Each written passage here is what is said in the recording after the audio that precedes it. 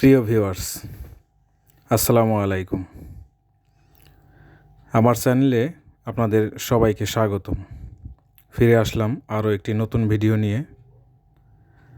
আজকে আমি আপনাদের সাথে শেয়ার করব মেহগনি বীজ দিয়ে কিভাবে ঘরে বসে জৈব কীটনাশক তৈরি করবেন এই বিষয়টা নিয়ে। জৈব কীটনাশক বা জৈব বালাইনাশক, এই কীটনাশক ব্যবহার করে আপনি খুব সহজেই অ্যাফিড, জাপ পোকা, থ্রিপস, লাল মাকড় নিয়ন্ত্রণ করতে পারবেন, তাও কোনো রাসায়নিক ছাড়াই। ভিডিওটা শেষ পর্যন্ত দেখলে পুরো পদ্ধতিটা পরিষ্কারভাবে বুঝতে পারবেন। মেহগনি বীজে থাকে প্রাকৃতিক তিতকুটে ও বিষাক্ত উপাদান, যা পোকামাকড়ের জন্য ক্ষতিকর, কিন্তু গাছ, মাটি, মানুষ, পরিবেশ এর জন্য নিরাপদ। এই মেহগনি ফল বা ফলের বীজ থেকে তৈরি কীটনাশক নিয়মিত ব্যবহার করলে পোকা দূরে থাকে, গাছ সুস্থ থাকে, খরচ কমে যায়। তাই জৈব চাষের জন্য এটি খুবই উপকারী। কীটনাশক তৈরির নিয়ম: বীজগুলোকে বের করে নিতে হবে প্রতিটি ফল থেকে। ভিডিওতে দেখানো উপায়ে আপনারা খুব সহজেই মেহগনির ফল থেকে বীজ বের করে নিতে পারেন। হালকা আঘাত বা আপনারা রোদে শুকিয়েও মেহগনির ফলের ভেতর থেকে বীজ সংগ্রহ করতে পারেন।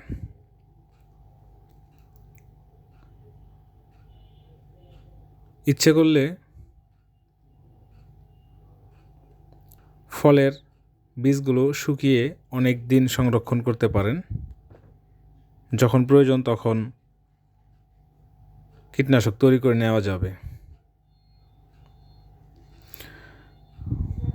তো আসুন মূল প্রক্রিয়ায় চলে যাই। কীটনাশক তৈরির নিয়ম: বীজগুলো বের করার পর রোদে শুকিয়ে অনেক দিন সংরক্ষণ করার পর যখন প্রয়োজন হবে তখন প্রয়োজন মতো আপনাকে বীজ বের করে মেপে নিতে হবে। মনে রাখতে হবে 100 গ্রাম বীজের জন্য 5 লিটার পানি, আর 1 কেজি বীজের জন্য 50 লিটার পানি। আবার বলছি, 100 গ্রাম বীজের জন্য 5 লিটার, আর 1 কেজি বীজের জন্য 50 লিটার পানি। বীজগুলো থেতলে নিতে হবে বা ব্লেন্ডারে ব্লেন্ড করে নিতে হবে। ব্লেন্ড করা বীজগুলো পানিতে মিশিয়ে রেখে দিতে হবে 24 ঘন্টা বা 30 বা 32 ঘন্টার মতো। এক রাত একদিন অর্থাৎ 24 ঘন্টা রাখলেই মোটামুটি তৈরি হয়ে যায় কীটনাশক। তবুও ভালো রেজাল্টের জন্য 30 থেকে 32 ঘন্টা রাখা যেতে পারে।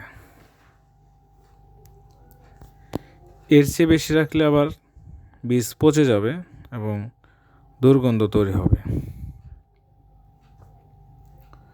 দেখতেই পাচ্ছেন আমি অনেকগুলো বীজ শুকিয়ে নিয়েছি। বস্তায় দেখা যাচ্ছে অনেক বীজ। এখানে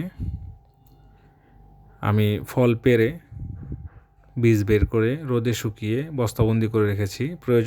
প্রয়োজন অনুসারে আমি যখন যতটুকু প্রয়োজন ইচ্ছে মতো কীটনাশক তৈরি করে নিতে পারি।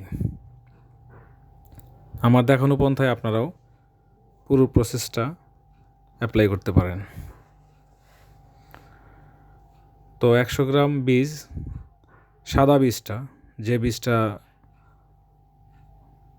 স্ক্রিনে দেখতে পাচ্ছেন যে কিছু বীজ খোসাসহ এবং কিছু বীজ খোসা ছাড়ানো। খোসা ছাড়ানো যে সাদা বীজটা যে দেখতে পাচ্ছেন, এই সাদা বীজটাই 100 গ্রাম নেবেন। 100 গ্রামের জন্য আপনি 5 লিটার পানিতে ভিজিয়ে রাখবেন। 24 থেকে 30 ঘন্টা ভিজিয়ে রাখার পর পানিটা ছেঁকে নিতে হবে। পানিটা ছেঁকে স্প্রে বোতলে ভরে জমিতে স্প্রে করে দিতে পারেন। ভিন্ন একটা পন্থা অবলম্বন করতে পারেন, যেটা আমি করেছি।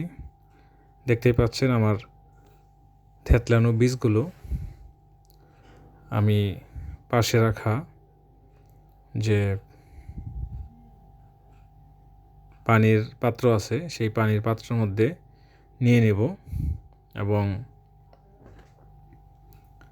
যাতে আমাকে 24 ঘন্টা বা 30 ঘন্টা রেখে দিতে না হয়, এজন্য আমি যা করব তা হলো বীজগুলোকে আমি পানিতে ভিজিয়ে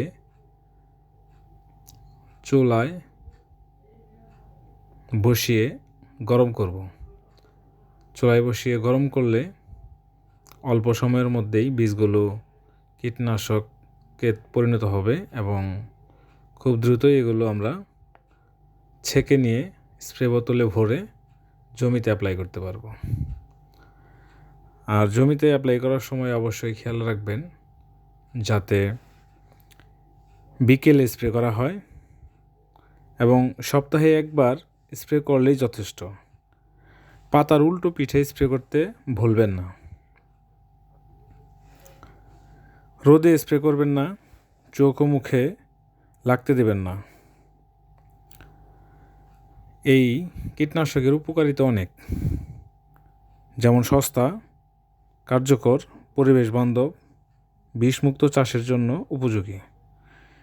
আপনি সবজি, ফলের গাছ ও ফুলের গাছ সবখানেই ব্যবহার করতে পারবেন এই কীটনাশক।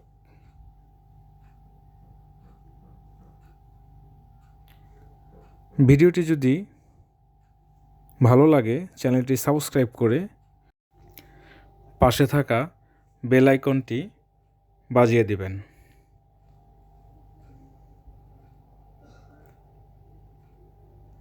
দেখতেই পাচ্ছেন আমার কীটনাশক এখন মোটামুটি একদম পুরোপুরি প্রস্তুত বলা চলে। শুধু চুলায় থেকে নামিয়ে ঠান্ডা করে স্প্রে বোতলে ভরে নিব। ছাঁকুনি দিয়ে ছেঁকে স্প্রে বোতলে ভরেই